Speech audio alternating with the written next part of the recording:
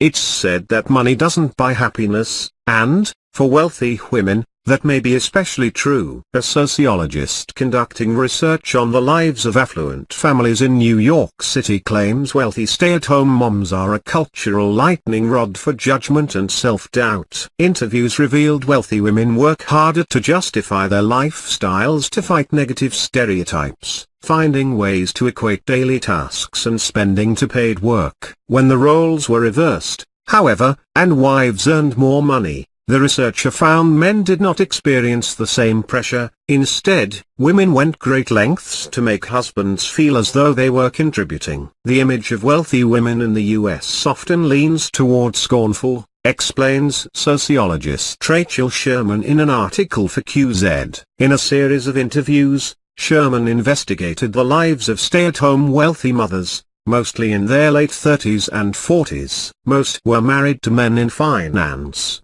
who earned $400,000 to $2 million yearly. These women held college degrees and had previously worked in all sorts of fields that often involved advanced professional training, from law and medicine to fashion. But, according to Sherman, many felt deeply anxious, and guilty, about their socioeconomic status. The research revealed these women make efforts to show that their status is still tied to hard work. "I'm well educated. I had a career.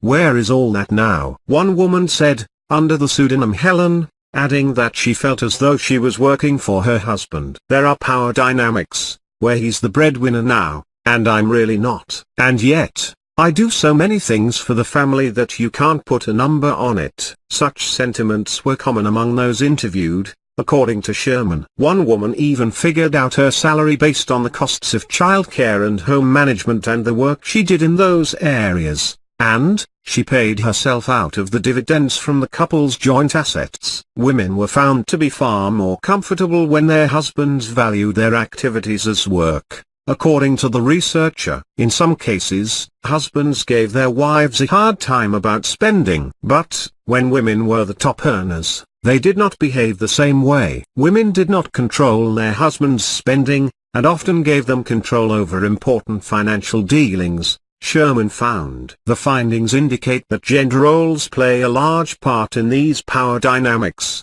often turning women into targets for cultural disdain. In the modern-day US, our concept of meritocracy is inherently gendered, Sherman wrote. This means that women bear the brunt of negative judgment about wealth and raises questions about what women deserve, and on what basis, that cut across social class.